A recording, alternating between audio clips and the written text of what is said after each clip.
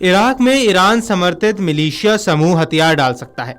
America के Trump प्रशासन से टकराव से बचने के लिए पहली बार ऐसे मिलिशिया हथियार डालने को तैयार हो गए हैं। माना जा रहा है कि ये समूह अमेरिकी हवाई हमलों से बचने के लिए ऐसे कदम उठाने को राजी है।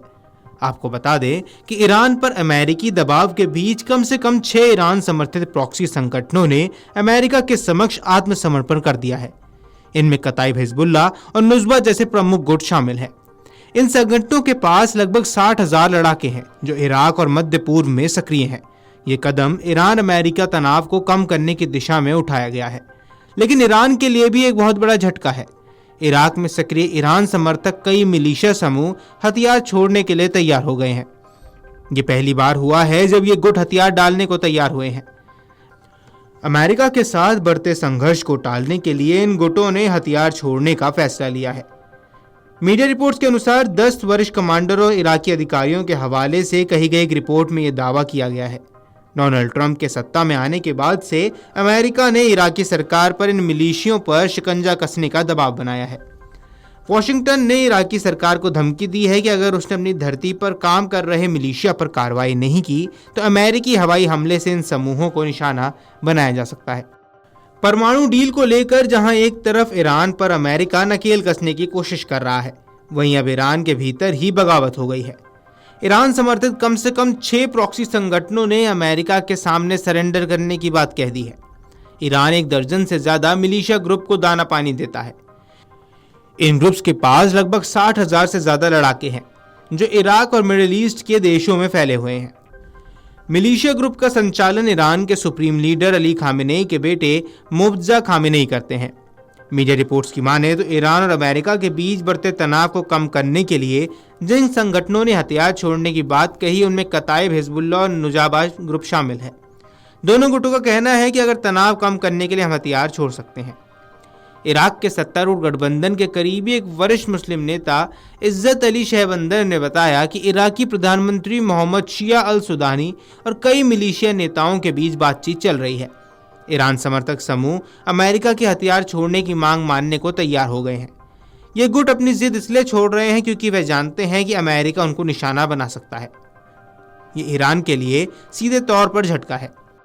ईरान समर्थक सरकार सीरिया में गिर चुकी है और लेबनान में हिजबुल्लाह भी कमजोर पड़ गया है। वहीं गाजा में हमास की ताकत भी कम हो चुकी है।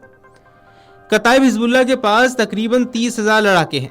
ये संगठन इराक और ईरान में सक्रिय है। इसे ईरान से ही संजीवनी मिलती रहती है। इसी तरह नुजबा के पास 10,000 लड़ाके हैं। बाकी के 4 संगठनों के पास भी करीब 20,000 लड़ाके हैं। अगर कुल जोड़ भी देखा जाए तो इनकी संख्या 60,000 के आसपास होती है। ऐसे में कहा जा रहा है कि जंग शुरू होने से पहले जिस तरीके से इन संगठनों ने सरेंडर करने का रुख अपनाया है, इससे ईरान को झटका जरूर लग सकता है। मीडिया रिपोर्ट्स के अनुसार कताइब हिजबुल्लाह के कमांडर ने बताया कि अमेरिका के राष्ट्रपति हमारे साथ युद्ध को बदतर स्थिति तक ले जाने को तैयार हैं। हमें जानते हैं और हम ऐसी बुरी स्थिति से बचना चाहते हैं। कताइब हिजबुल्लाह, नुजबा, कताइब सैयद अल शुहादा और अंसारुल्लाह अल अफिया समूह से जुड़े हैं। कताइब हिजबुल्लाह के कमांडर ने बताया कि ट्रंप हमारे साथ युद्ध के लिए तैयार हैं। हम किसी बुरे परिदृश्य से बचना चाहते हैं। कमांडरों ने बताया कि उनको ईरान के IRGC से भी अमेरिका और इजराइल के साथ संघर्ष में फंसने से बचने की सलाह दी गई है।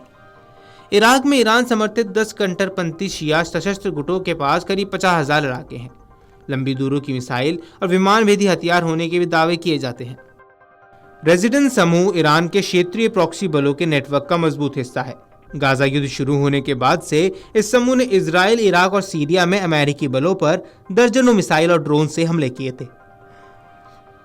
आपको बता दें कि 1980 के दशक में ईरान ने प्रॉक्सी संगठनों को तैयार करने का फैसला किया था। इसके तहत लेबनान, इराक, यमन और फिलिस्तीन में ईरान ने कई प्रॉक्सी संगठन बनाए। इन संगठनों का मकसद मिडिल ईस्ट में इस्लाम को मजबूत बनाना है।